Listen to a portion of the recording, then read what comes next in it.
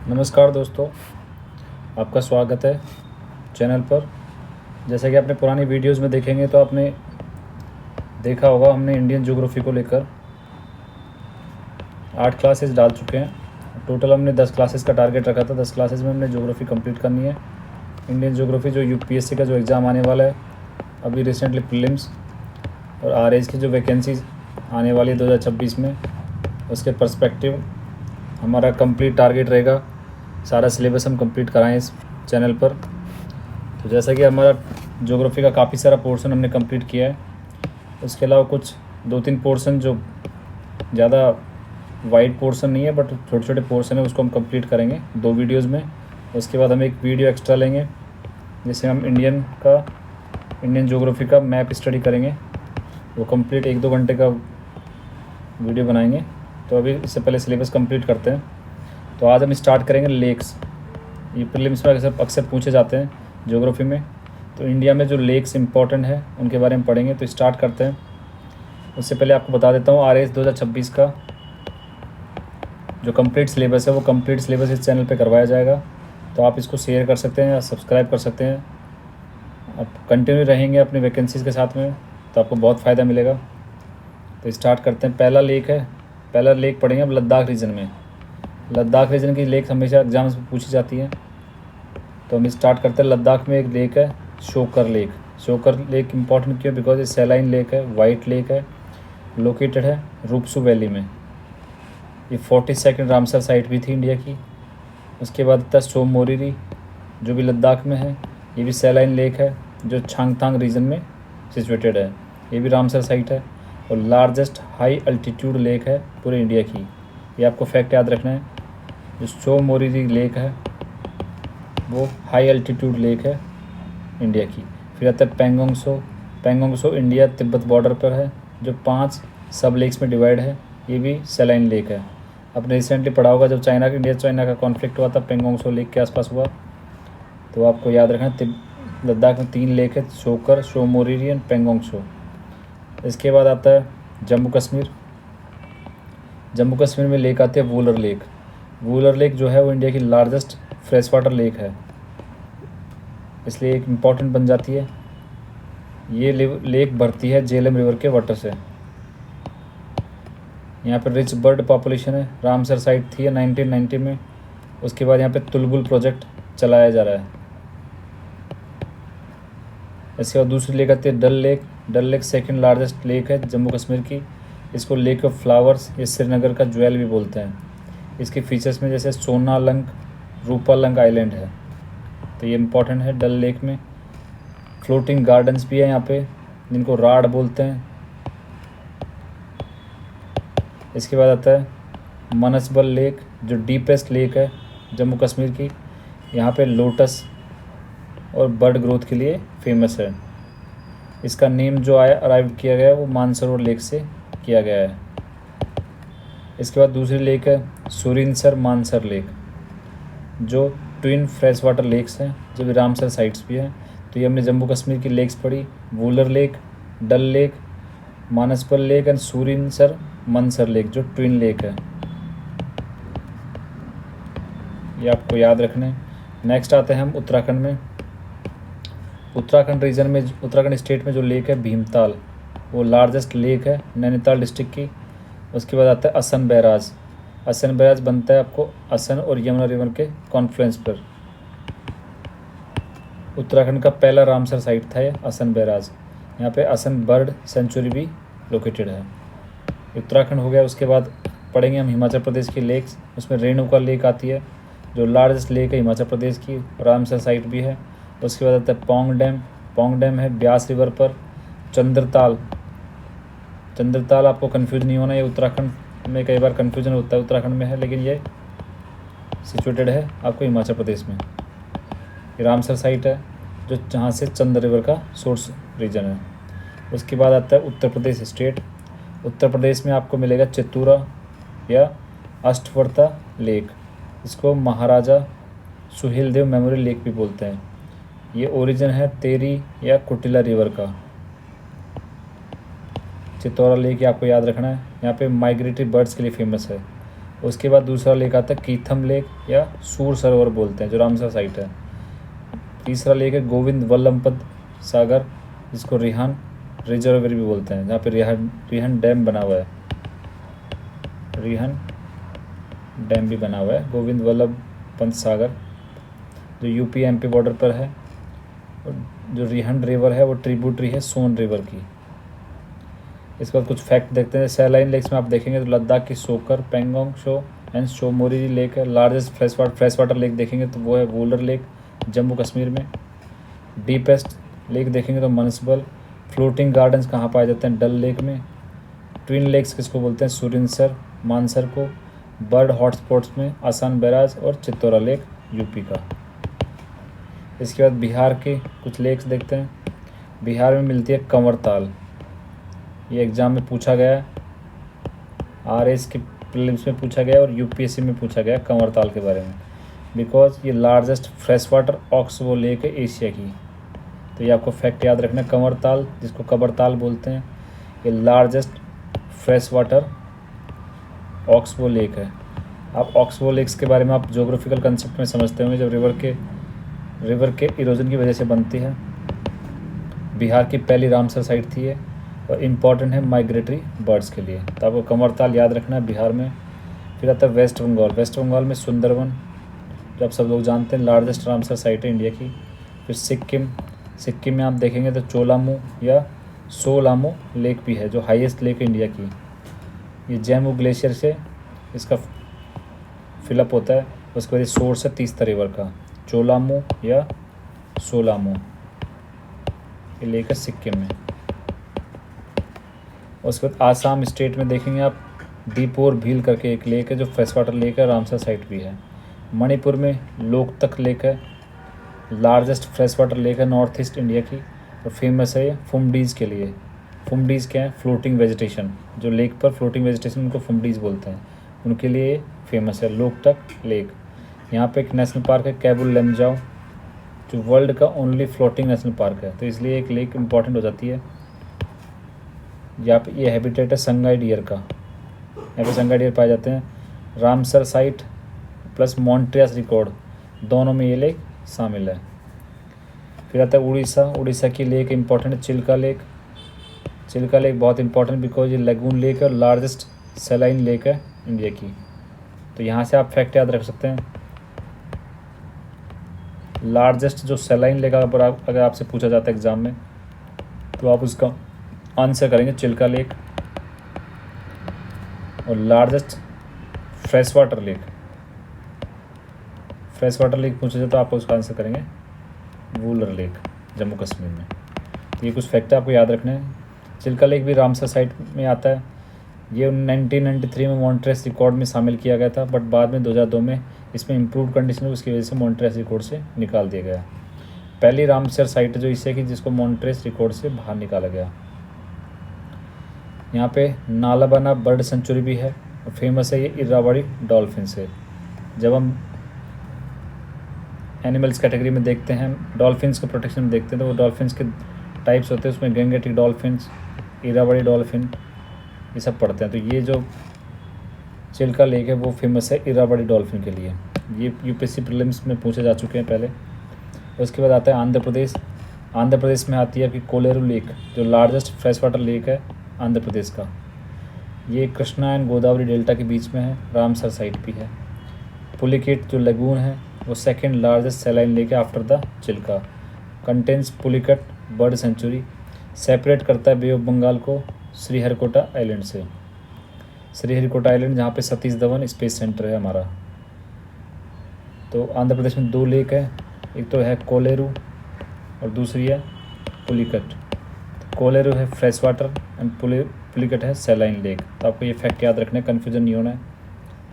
तो इनसे पता लगता है हाईएस्ट लेक जो है वो हमारी चोलामू सिक्किम में, largest saline lake Chilika, largest oxbow lake Asia की कंवरताल बिहार में, फ्लोटिंग पार्क जो है लोकतक में, वहाँ पे नेशनल पार्क भी है कैबुल लमजाओ। यूपी में रिजर्वर जो रिहन रिजर्वर है, रिहन आपकी ट्रिब्यूटरी है सोन रिवर की।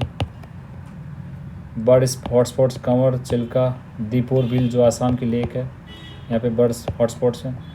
फिर आते हैं केरला स्टेट पर। केरला स्टेट में वेम्बनाड लेक है जो लॉन्गेस्ट लेक है इंडिया की और लार्जेस्ट लेक मानी जाती है केरला की। सेकंड लार्जेस्ट रामसर साइट्स भी इंडिया की, जिसके डिफरेंट नेम्स है। वेम्बनाड जो बोलते हैं अलापूजा में, पुन्नामदा बोलते हैं कट्टानंद में, कोची लेक कोची में बोलते हैं, इसके डिफरेंट नाम है वेम्बनाड लेक के। फीचर क्या है इसमें, विलिंगडन आइलैंड है इसमें, कोची पोर्ट भी सिचुएटेड है, नेहरू ट्रॉफी जो हमारा बोट रेस होता है वो भी वेम्बनाड में होता है। उसके बाद माइग्रेटरी बर्ड्स यहाँ पे आते हैं। कुमारकोम बर्ड सेंचुरी भी वेम्बनाड लेक पे सिचुएटेड है। उसके बाद दूसरा लेक है केरला की Ashtamudi lake. Ashtamudi lake famous क्यों है, बिकॉज ये लैगून लेक है और ये ऑक्टोपस शेप्ड है। ये लोकेटेड है कोलाम में, रामसर साइट भी है और गेटवे है ये केरला बैकवाटर्स के लिए।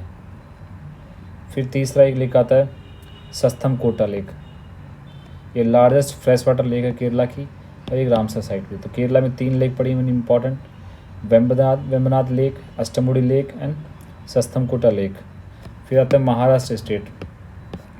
महाराष्ट्र में नंदूर मध्यमेश्वर लेक है जो गोदावरी रिवर का रिजर्वर है, जो गोदावरी एंड कड़वा रिवर के कन्फ्लुएंस से बनता है। बर्ड सेंचुरी यहाँ पे महाराष्ट्र की पहली रामसर साइट भी थी। फिर दूसरी लेक है लोनार लेक जो सैलाइन क्रेटर लेक है जो मीटियोर इम्पैक्ट से बनी है और बुल्दाना डिस्ट्रिक्ट में लोकेटेड है। इसके अलावा आप कुछ फैक्ट और भी देखेंगे तो पावना लेक है वहाँ पे लोनावला में, पावना लेक लोनावला में। उसके अलावा कुछ रिजर्वर्स ही हैं, भंडारदरा रिजर्वर, यहाँ पे डैम भी बना हुआ है। तो इसमें कुछ फैक्ट निकल के आते हैं। Second largest lagoon lake Pulicat है, लॉन्गेस्ट लेक इंडिया की मानी जाती है Vembanad, crater lake Lonar lake, and जो केरला का बैकवाटर एंट्री होती है वो अष्टमुड़ी लेक से होती है। महाराष्ट्र की पहली रामसर साइट थी वो नंदूर मध्यमेश्वर। स्पेस सेंटर कहाँ पे है, पुलिकेट श्रीहरिकोटा पर। तो ये हमने कवर किया इंडिया की जो इम्पॉर्टेंट लेक्स थे, वहाँ से प्रीलिम्स में और मेंस में भी पूछे जाते स्मॉल मार्क्स में। तो आपको ये छोटा सा टॉपिक लगता है लेकिन इसको कवर करना चाहिए अच्छे से। जो भी करंट में किसी लेक से रिलेटेड कोई क्वेश्चन आता है उसको आप नोट कर सकते हैं न्यूज़पेपर से। इसके बाद दूसरा टॉपिक हम पढ़ते हैं छोटा सा, एग्रीकल्चर, इंडिया के एग्रीकल्चर के बारे में। इंडिया के एग्रीकल्चर को लेकर देखिए मेजर क्रॉप्स क्या है, rice, wheat, cotton, sugar cane, tea, coffee. Rice जो है वो इंडिया का सेकंड लार्जेस्ट प्रोड्यूसर है चाइना के बाद। अभी रिसेंटली डेटा आया था उसमें इंडिया फर्स्ट प्रोड्यूसर हो गया। इसके बाद ये राइस जो है वो स्टेपल फूड है, grown on 23% of agriculture land. इसके लिए कंडीशंस क्या क्या चाहिए होती है आपको, ये खरीफ क्रॉप है, इसके टेम्परेचर 20 से 27 डिग्री सेंटीग्रेड चाहिए, रेनफॉल 150 से 200 सेंटीमीटर रेनफॉल चाहिए। इसके लिए जो सॉइल चाहिए राइस के लिए वो क्लेवी सॉइल या एलुवियल सॉइल भी चलेगा। इसके लिए लैंड फ्लैट होना चाहिए, लो लैंड होना चाहिए जहाँ पे वाटर लॉ कंडीशंस हो। दूसरा क्या है, इसको स्टैंडिंग वाटर चाहिए 20 से 30 सेंटीमीटर 75 डेज के लिए। ये ट्रॉपिकल एंड टेम्परेट क्लाइमेट में ग्रो करता है। दूसरा इसका प्रोडक्शन जो है वो टॉप स्टेट्स कौन से हैं, वेस्ट बंगाल, उत्तर प्रदेश, पंजाब, आंध्र प्रदेश, उड़ीसा। और हाईएस्ट प्रोडक्टिविटी कहाँ पे होती है, पंजाब, तमिलनाडु, आंध्र प्रदेश, तेलंगाना, हरियाणा में। डिजीज़ चावलों में, राइस में जो डिजीज़ होती है वो है ब्राउन स्पॉट डिजीज़, फंगल जिसको बोलता है। तो आपको याद रखना है बिकॉज एग्ज़ाम्स में पूछा जाता है कि डिफरेंट क्रॉप्स में कौन सी डिजीज़ होती हैं या उनके लिए कितना रेनफॉल रिक्वायरमेंट होता है, कितने टेम्परेचर में ग्रो करते हैं, कौन से स्टेट टॉप प्रोडक्शन में है, ये सब फैक्ट पूछे जाते हैं। तो जो राइस में जो डिजीज़ होता है उसको बोलते हैं ब्राउन स्पॉट। इसके अलावा हम देखते हैं 3 क्रॉप्स इन वेस्ट बंगाल में, इनको ऑस, अमन, बोरो बोलते हैं। ये राइस की वेराइटीज़ हैं, इनके बारे में एग्जाम्स पूछा गया है। आपसे कोई पूछ सकता है एग्जाम में अमन किसकी वैरायटी है, तो आपको याद रखना है राइस की। बायो फोर्टिफाइड वेराइटीज़ में CR धन 315 जो जिंक रिच राइस है। गोल्डन राइस जो है, गोल्डन राइस अब रिसेंटली न्यूज़ में थे बिकॉज ये विटामिन ए में रिच है।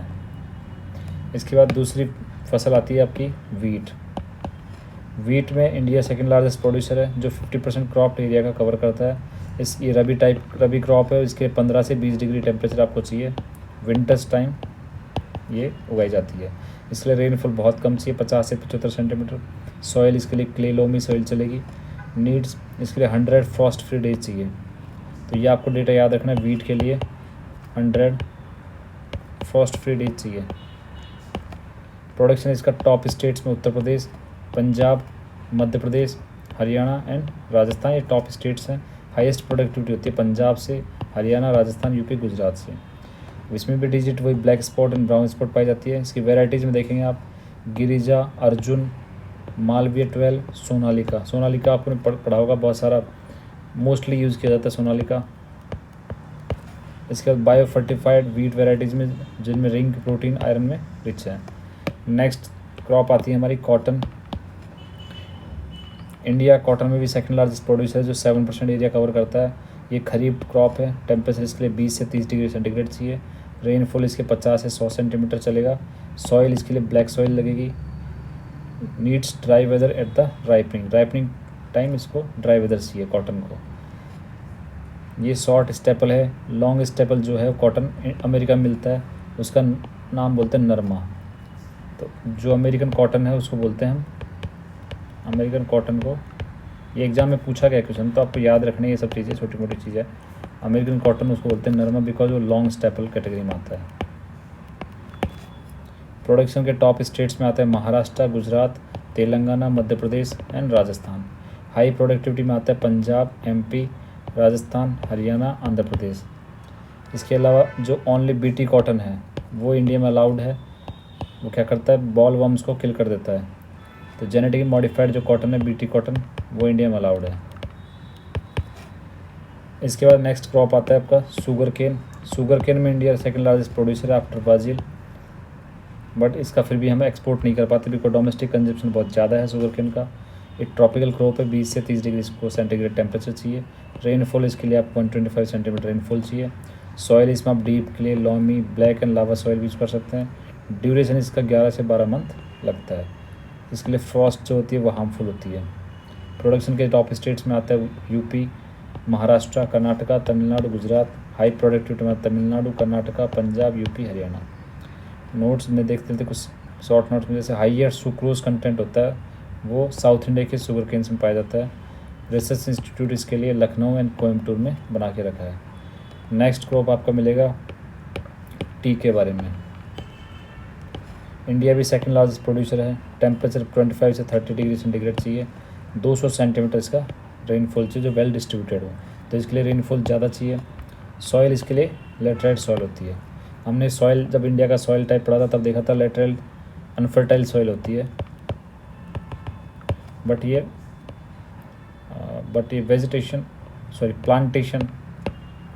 प्लांटेशन एग्रीकल्चर के लिए बहुत इंपॉर्टेंट होती है। तो जो लेटराइट सॉइल है वो टी प्रोडक्शन के लिए काम की जाती है। वेल ड्रेन स्लोप्स पर टी के गार्डन्स उगाए जाते हैं। इसके टाइप है ब्लैक टी जो फर्मेंटेड होती है, जबकि ग्रीन, सॉरी ये बंद हो गया था। उसके बाद स्टार्ट करते हैं वापस से हम। तो हम पढ़ रहे थे टी के बारे में। जो टी के दो टाइप है, तो ब्लैक टी जो फर्मेंटेड होती है, ग्रीन टी जो अनफर्मेंटेड होती है। प्रोडक्शन इसका टॉप स्टेट्स में आता है आपको आसाम, वेस्ट बंगाल, तमिलनाडु, केरला एंड कर्नाटका। इसके अलावा जो इसका ओरिजिन है ब्रह्मपुत्र वैली आसाम में। एक टोकलाइट टी रिसर्च इंस्टीट्यूट है जोरहाट में। तो ये कुछ फैक्ट आपको एग्जाम पर्सपेक्टिव स्टेट पीएससीज में या यूपीएससीज में पूछे जाते हैं कभी कभी। टोकलाइट टी रिसर्च इंस्टीट्यूट जोरहाट में। इसके बाद आता है कॉफ़ी प्रोडक्शन। कॉफ़ी के इंडिया 8th ग्लोबली रैंक है। इसके लिए जो कंडीशन है उसमें टेम्परेचर 20 से 25 डिग्री सेंटीग्रेड चाहिए। रेनफॉल 200 सेंटीमीटर चाहिए। ये grown under shade, no direct sunlight के अंडर ग्रो होता है, जो वेस्टर्न घाट्स में पाया जाता है। आपने पढ़ा होगा बाबा बुदान हिल्स जो कर्नाटका में है। सबसे ज़्यादा कॉफ़ी प्रोडक्शन वहीं से स्टार्ट होता है। इसकी वेराइटी, कॉफ़ी की वेराइटीज़ में आपको देखने को मिलेगा अरेबिका, रोबस्टा, लिबेरिका। ये एग्जाम्स पूछा गया है यूपीएससी में, तो आपको याद रखना ये fact. Arabica, robusta, liberica. India mainly grows arabica and robusta जो ब्रांड है कॉफ़ी का, वही इंडिया प्रोडक्शन करता है, लिबेरिका नहीं करता। इसकी प्रोडक्शन स्टेट्स में कर्नाटका, केरला एंड तमिलनाडु है। इसके अलावा बाबा बुदान हिल से स्टार्ट होती है। कॉफ़ी रिसर्च जो सेंटर है वो है बलेहोन्नूर, कर्नाटका में। तो जो टी का रिसर्च सेंटर था तो टोकलाई रिसर्च सेंटर वो जोरहाट में था। कॉफ़ी रिसर्च सेंटर है बलेहोन्नूर, कर्नाटका में। राइस का जो हाईएस्ट प्रोडक्शन है वो फूड ग्रेन्स में सबसे ज़्यादा होता है। वीट हाईएस्ट प्रोडक्टिविटी है। कॉटन को black soil and dry climate चाहिए। शुगर केन के लिए लॉन्ग ड्यूरेशन क्रॉप जो 11 से 12 महीने लगती है। टी एंड कॉफ़ी के लिए प्लांटेशन क्रॉप है जो हिली स्लॉप्स में लगती है। इसके अलावा कुछ साइंटिफिक नेम्स देख लेते हैं। राइस को बोलते हैं ओरिएजा सत्विया, वीट को ट्रिटिकम एस्टिवम, कॉटन को गॉसिपियम, शुगर केन को सैक्रम ऑफिनिकरम, टी का कैमेलिया सिनेसिस, कॉफ़ी का कॉफिया। ये आजकल एग्ज़ाम्स में पूछना बंद कर दिया, लेकिन फिर भी आप गो थ्रू कर सकते हैं। नेक्स्ट हमने कंप्लीट किया, एग्रीकल्चर कंप्लीट हो गया हमारा। हमने सबसे पहले स्टार्ट किया था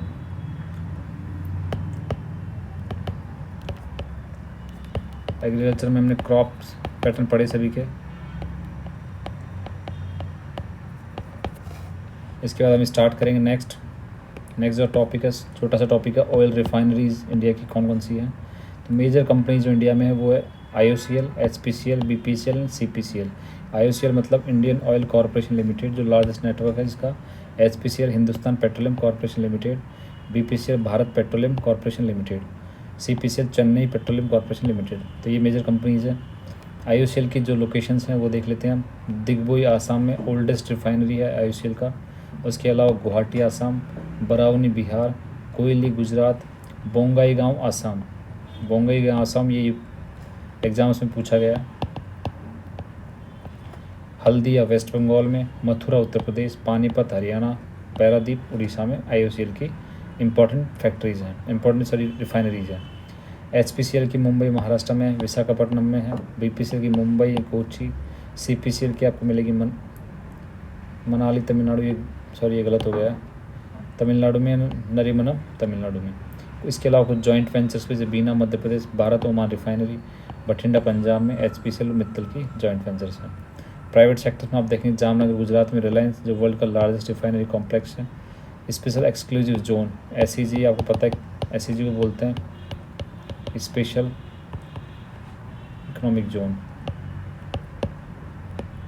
इकोनॉमिक जोन जो जामनगर है वो रिलायंस में। वडीनार गुजरात में हिसार ऑयल का प्राइवेट सेक्टर रिफाइनरी है। तो ये कुछ ऑयल पाइपलाइंस है। ऑयल पाइपलाइंस आपको मेंस पर्सपेक्टिव प्रीलिम्स में पूछा जाता है। जैसे नहर कटिया नूनमती बराउनी एक पाइपलाइन जो 1962 में स्टार्ट की थी, इंडिया की पहली क्रूड ऑयल पाइपलाइन थी। उसके बाद मुंबई हाई से मुंबई अंकलेश्वर कोयली तक 1965 में स्टार्ट की, जो ऑफशोर प्रोडक्शन से लेकर रिफाइनरी लिंक बनाया गया है। उसके बाद सलाया कोयली मथुरा से 1971 में बनाई गई, जो गुजरात से नॉर्थ भारत में पाइपलाइन ली जाएगी। फिर होती है कांडला एंड बठिंडा जो 1993 में प्रोडक्शन स्टार्ट किया, लॉन्गेस्ट ऑयल पाइपलाइन 1454 किलोमीटर की पाइपलाइन है। कांडला से बठिंडा जो जाएगी वो गुजरात से पंजाब थ्रू राजस्थान। ये तो मैंने पढ़ी ऑयल की पाइपलाइंस। इसके बाद हम आते हैं गैस के बारे में। गैस की जो कंपनी है मेजर गेल है। इसकी मेजर पाइपलाइंस है हजीरा, विजयपुर, जगदीशपुर जो 1986 में स्टार्ट की। लेंथ इसकी 1750 किलोमीटर है। पास करती है गुजरात से MP, फिर राजस्थान, UP, हरियाणा, दिल्ली। सप्लाई करती है पावर प्लांट्स को एंड फर्टिलाइजर यूनिट्स को। इसके बाद दूसरी पाइपलाइन है जामनगर से लूनी जो 2001 में स्टार्ट की।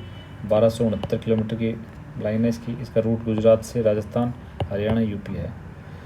तो ये हमने ऑयल रिफाइनरीज गैस पाइपलाइंस पढ़ी। इसके बाद आता है next topic hydro power projects in India में। हाइड्रो पावर्स इंडिया में कौन से हैं? फर्स्ट हाइड्रो पावर प्रोजेक्ट जो था 1902 में स्टार्ट किया था शिव समुद्रम कर्नाटका में। कर्नाटका में आपको पता होगा शिव समुद्रम डैम है, तो वहाँ पे ये स्टार्ट किया था। National hydro electric power corporation जो NHPC है वो बनाई 1975 में। अब इंस्टॉल कैपेसिटी भी चेंज हो गया, डेटा आप इकोनॉमिक सर्वे से चेंज कर सकते हैं, इसको अपडेट कर सकते हैं। जो इंडिया का इकोनॉमिक सर्वे है उससे आप अपडेट कर सकते हैं इसको।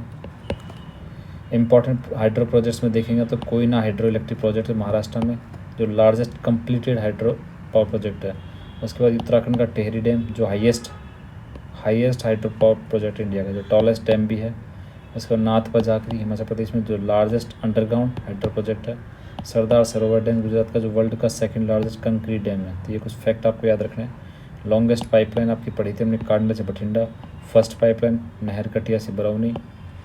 लार्जेस्ट रिफाइनरी जामनगर रिलायंस की। First hydro power plant Shivasamudram जो 1902 में स्टार्ट किया गया कर्नाटका में।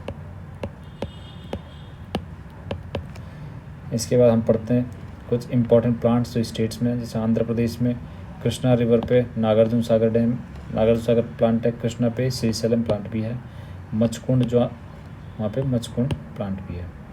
हिमाचल प्रदेश में बैरा रिवर पे बैरा सियाल। सतलज पे भाखड़ा नांगल प्रोजेक्ट। ब्यास पे डहर प्रोजेक्ट। सतलज पे नाथपा जाखरी प्रोजेक्ट भी है। ब्यास रिवर पे पंडो डैम भी है। जम्मू कश्मीर में चिनाब में सलाल प्रोजेक्ट। झेलम पर उरी प्रोजेक्ट। झारखंड में सुवर्णरेखा रिवर पर सुवर्णरेखा प्लांट। कर्नाटका में काली नदी पर काली नदी। श्रावती पर श्रावती। कावेरी पर Shivasamudram power plant. Kerala में पेरियार रिवर पर Idukki power plant, hydro power plant. Madhya Pradesh में सोन रिवर पर आती है बान सागर। नर्मदा रिवर पर आती है इंदिरा सागर। रिहंड पे आता है रिहन। महाराष्ट्र में आता है कोयना रिवर पर कोयना पावर प्लांट। मणिपुर में लैमतक पे आता है लोकतक। उड़ीसा में सिलेरू पे आता है बाली मेला। महानदी रिवर पर आता है हीराकुंड पावर प्लांट। सिक्किम में एक रंगित रिवर है जहाँ पे रंगित प्रोजेक्ट है। तीस्ता रिवर पर तीस्ता। उत्तराखंड में भागीरथी पर आता है टेहरी डैम जो हाईएस्ट डैम है इंडिया का। हाईएस्ट डैम, टॉलेस्ट डैम बोल सकते हैं। ठीक है, इसके बाद हम पढ़ते हैं थर्मल पावर प्रोजेक्ट्स के बारे में। इसमें यूज़ होता है coal, gas, diesel to produce electricity. Major contributor India की पावर सप्लाई के लिए। ये इंस्टॉल्ड कैपेसिटी पुराना डेटा है, आप इसको अपडेट कर सकते हैं इकोनॉमिक सर्वे से। मेजर थर्मल पावर प्लांट्स देखते हैं जो एग्जाम्स में पूछे जाते हैं हमेशा। गुजरात का गांधीनगर, गुजरात में मुंद्रा, सिक्का, उकई, वानकपोरी, अक्रीमोटा, कच्छ लिग्नाइट एंड साबरमती, ये थर्मल पावर प्लांट है गुजरात के। तो आपसे एग्जाम्स पूछे जा सकते हैं प्रीलिम्स में, तो आपको याद रखना है फैक्ट। उड़ीसा में हीराकुंड कैप्टिव, झारसुगुड़ा, तालचर। आंध्र प्रदेश में आता है रामागुंडम, सिम्हाद्री। मध्य प्रदेश में मिलता है आपको अमरकंटक, सतपुरा, संजय गांधी, बिरसिंहपुर जिसको बोलते हैं, श्री सिंह जी, विंध्याचल, सिंगरौली। महाराष्ट्र में आपको मिलेगा अमरावती, चंद्रपुर, खापरखेड़ा, तिरोड़ा, सोलापुर, मौडा। उत्तर प्रदेश में आपको मिलेगा अनपारा, दादरी, फिरोज गांधी, उनच्छर जिसको बोलते हैं उनच्छर प्लांट, ओबरा, रिहंड, रोसा। बिहार में बरौनी, पतरातू, कहलगांव। कहलगांव आपको याद रखना है, एग्जाम में पूछा गया है कहलगांव प्रोजेक्ट बिहार का। कर्नाटका में आता है रायचूर, बेल्लारी, यरमरस, उडुपी। एनटीपीसी के जो हब कहाँ पे, सिंगरौली, कोरबा, रामागुंडम में। यूपी में बहुत सारे प्लांट्स जैसे अनपारा, ओबरा, दादरी, रिहंड।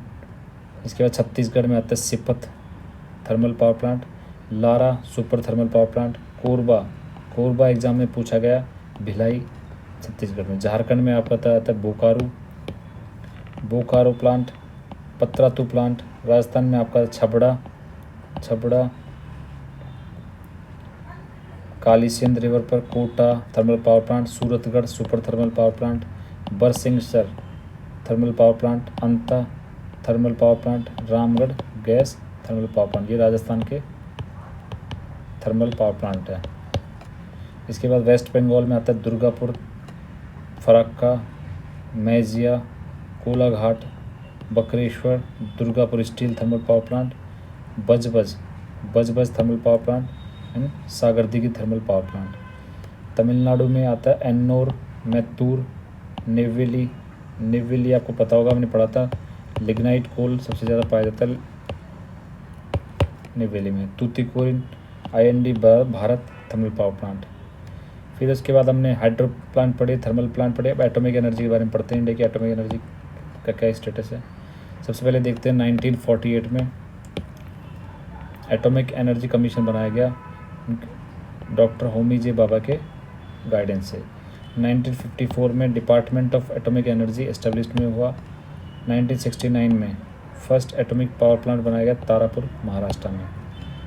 इसका अभी ये पुराने टारगेट्स हैं, चेंज हो गए, करंट कैपेसिटी भी चेंज हो गया आपका। Rank 6th in nuclear power globally, contribution less than 3% अभी इंडिया में पावर सेक्टर में है। इम्पॉर्टेंट न्यूक्लियर पावर प्रोजेक्ट्स, यहाँ से हमेशा क्वेश्चन पूछा जाता है न्यूक्लियर प्रोजेक्ट से, तो आपको ये याद रखना है। तारापुर जो महाराष्ट्र में है वो first nuclear plant, Rawatbhata Rajasthan का वो कनाडा की हेल्प से बनाया गया है। कलपक्कम जो तमिलनाडु का है वो फर्स्ट इंडिजिनस प्रोजेक्ट है, जहाँ पे भी रिसेंटली आपने देखा होगा तो PFBR का भी प्रोटोटाइप जो फास्ट ब्रीडर रिएक्टर है, प्रोटोटाइप फास्ट ब्रीडर रिएक्टर, जो इंडिया ने भी सेकंड न्यूक्लियर फेज़ था उसको स्टार्ट किया है। उसके बाद जैतापुर महाराष्ट्र, ये फ्रांस की मदद से प्रपोज्ड है। कुडनकुलाम तमिलनाडु में जो रशिया की मदद से बनाया गया था। ये कुछ न्यूक्लियर पावर प्रोजेक्ट्स हैं इंडिया के। इसके बाद आता है एटॉमिक मिनरल्स में यूरेनियम की लोकेशंस हमने पढ़ ली, ये मिनरल्स वाले पोर्शन में पढ़ा था हमने। थोरियम भी हमने देख लिया, इसको दोबारा देखने की जरूरत नहीं है, ये हमने पढ़ लिया। फर्स्ट न्यूक्लियर प्लांट जो था तारापुर में, इंडिजिनस प्लांट कलपक्कम में, फॉरेन हेल्प कनाडा की हेल्प से रावतबाटा बनाया, रशिया की हेल्प से कुडनकुलाम और फ्रांस की वजह से जैतापुर। यूरेनियम आंध्र प्रदेश सबसे ज़्यादा पाया जाता है, थोरियम केरला में सबसे ज़्यादा प्रोडक्शन होता है। फिर आता है solar energy. Annual solar radiation India में 5000 ट्रिलियन kWh पर ईयर माना जाता है। टोटल पोटेंशियल है 748 गीगावाट का इंडिया का। इंस्टॉल्ड कैपेसिटी चेंज हो गया आपका, सोलर पार्क्स भी चेंज हो गए। टॉप स्टेट्स जिस पोटेंशियल में राजस्थान सबसे ज़्यादा पोटेंशियल है 142 गीगावाट के साथ में। फिर जम्मू कश्मीर आता है with Ladakh, Maharashtra, Madhya Pradesh, Andhra Pradesh, Gujarat. Top state installed capacity में देखेंगे तो कर्नाटका ये चेंज हो गया, अभी राजस्थान टॉप पे है, तो ये आप अपडेट कर सकते हैं इकोनॉमिक सर्वे के साथ में। इसके बाद आता है leading installed capacity installed states में आपको मिलेगा Telangana, Madhya Pradesh, Maharashtra. Major solar plants कहाँ पे, भड़ला जो राजस्थान में है, पावगड़ा सोलर प्लांट कर्नाटका में, कुरनूल आंध्र प्रदेश में। Important initiative national solar mission जो 2010 में लाया गया, इंटरनेशनल सोलर अलायंस 2015 में बनाया गया। इसके बाद आता है विंड एनर्जी। विंड एनर्जी के पोटेंशियल 120 मीटर की हाइट पर पोटेंशियल है 695 गीगावाट का, एंड 100 मीटर हाइट पर 302 गीगावाट का पोटेंशियल है। इंस्टॉल्ड कैपेसिटी आपका चेंज हो गया है, ये 4th ग्लोबली रैंक करता है। टॉप स्टेट्स में आप देखेंगे गुजरात, राजस्थान, कर्नाटका, महाराष्ट्र। इंस्टॉल्ड कैपेसिटी में देखेंगे पुराना डेटा है तमिलनाडु, गुजरात, महाराष्ट्र, कर्नाटका, इसको आप अपडेट कर लीजिए। ऑफशोर विंड में देखेंगे इसका पोटेंशियल है आपका 127 गीगावाट का। इसके बाद आता है biomass energy. Biomass availability India में कितना है, 750 million tons per year. Surplus biomass 230 million ton per year. Potential capacity में देखेंगे आप 28 गीगावाट रेजिड्यू से बना सकते हैं। और उसके अलावा बैगेज कंजर्वेशन से 14 गीगावाट बना सकते हैं। टोटल आपका पोटेंशियल है 42 गीगावाट का। इसके बाद आता है tidal energy. Total potential tidal का 12,455 मेगावाट है। गुजरात का जो गल्फ ऑफ खंबत वाला रीजन है, गल्फ ऑफ कच्छ वाला रीजन, तमिलनाडु का Palk bay, gulf of Mannar, west Bengal में सुंदरबन एंड हुगली रिवर। तो ये हमने टाइडल एनर्जी के बारे में पढ़ा। नेक्स्ट है सेल गैस के बारे में, ये बहुत ही इंपॉर्टेंट है, वेरी वेरी इंपॉर्टेंट लगा लीजिए। Shale gas and CBM, coal bed methane, ये दोनों गैस से आजकल बहुत सारे एग्जाम्स में क्वेश्चन पूछे जा रहे हैं। तो सेल गैस के मेजर बेसिन्स में कम्बे बेसिन, केजी का मतलब कृष्णा गोदावरी बेसिन। फिर आता है कावेरी बेसिन, आसाम अरकन योमा पता होगा आपको, माउंटेन सीरीज है म्यांमार में। Indo Gangetic basin, Gondwana basin, ये बेसिन है जहाँ पे सेल गैस पाई जाती है। उसके बाद आती है अगली coal bed methane. Coal bed methane वो गैस है जो एक्सट्रैक्ट की जाती है कोल सीम से सॉरी कोल सीम से जो एक्सट्रैक्ट की जाती है उसको कोल बेड मेथेन बोलते हैं। UPSC का आजकल फेवरेट क्वेश्चन हो गया है CBM से पूछना, कुछ न कुछ CBM से पूछते हैं। इसके की स्टेट है वेस्ट बंगाल, मध्य प्रदेश, झारखंड। इसके बाद आता है last geothermal energy drive from heat inside the earth. जो अर्थ के अंदर हीट ट्रैप्ड है उससे एनर्जी डेरिवेट करना, वो जियोथर्मल एनर्जी का पार्ट है। हॉट स्प्रिंग जो मेन सोर्स है इंडिया में, इंडिया के पास 6 मेजर जियोथर्मल रीजन है, वो आपको याद रखना। मेंस में पूछ RS में हमेशा पूछा जाता है एनर्जी से मेंस में, तो आपको याद रखना तातापानी छत्तीसगढ़ में, पूगा वैली लद्दाख की, खम्बत ग्रैबन जो गुजरात में है, मणिकरण हिमाचल प्रदेश का, सूरजकुंड झारखंड में और चुमथांग लद्दाख में। तो लद्दाख में 2 रीजन है, पूगा वैली एंड चुमथांग, हिमाचल प्रदेश में मणिकरण, झारखंड में सूरजकुंड एंड तातापानी जो है वो छत्तीसगढ़ में, और खम्बत ग्रैबन गुजरात का। ये मेजर जियोथर्मल साइट्स हैं, इंडिया की 6 साइट है। ONGC डेवलप करा इंडिया का first geothermal power plant Puga valley Ladakh में। तो ये हमने पढ़ा एग्रीकल्चर, फिर एनर्जी सेक्टर पढ़ा हमने। सबसे पहले लेक्स पढ़ा, लेक के बाद एग्रीकल्चर में क्रॉप्स पढ़ी, फिर हमने एनर्जी सेक्टर पढ़ा। तो हमने 3 टॉपिक कवर किए। भाई इसके बाद लास्ट टॉपिक बचता है, एक तो इंडस्ट्री, इंडिया की जो इंडस्ट्रीज़ हैं उसके बारे में, और एक पॉपुलेशन का जनरल जो फैक्ट्स हैं उसके बारे में बचता है। तो ये टॉपिक हम नेक्स्ट क्लास में कवर करेंगे। आज इतना ही करते हैं बिकॉज ज़्यादा हो जाएगा सिलेबस। तो thank you for now. Share